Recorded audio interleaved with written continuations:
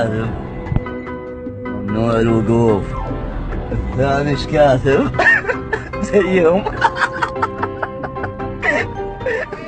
سبق واتكلمنا قبل كده عن ان من اكبر المشاكل اللي بتقابل مالكي السيارات في المدن القديمه هو ايجاد مكان للركنه، واللي بتسبب مشاكل كتير وبتستهلك وقت كبير في ايجاد ركنه، وطبعا بتسبب زياده في الازدحام وزياده في استهلاك الوقود، وطبعا لان قفل اصحاب المنازل والمحلات اماكن الركنه المتواجده امام منازلهم، ده اكيد شيء غلط ولكن مفهوم الى حد ما. وتشجيعا للناس اللي ما بتحطش حواجز امام منازلهم بعمل الحركه دي باستمرار. كنت دايخ على مكان ركنه في اسيوط ولقيت ركنه ولكنها قدام باب مش مفهوم، سواء ده كان جراج او محل او مخزن، مش مفهوم الموضوع. وعشان خاطر اشجعه وما سببلوش اي نوع من انواع الاذى يخليه في المستقبل يقفل الركنه امام منزله، بكتب له ورقه برقم التليفون والمكان اللي انا موجود فيه، لان انا مؤمن ان كل تصرف غلط مبني على تصرف قبليه غلط. لو انت بتتصرف باستمرار بذوق وشهامه فاكيد انت صح.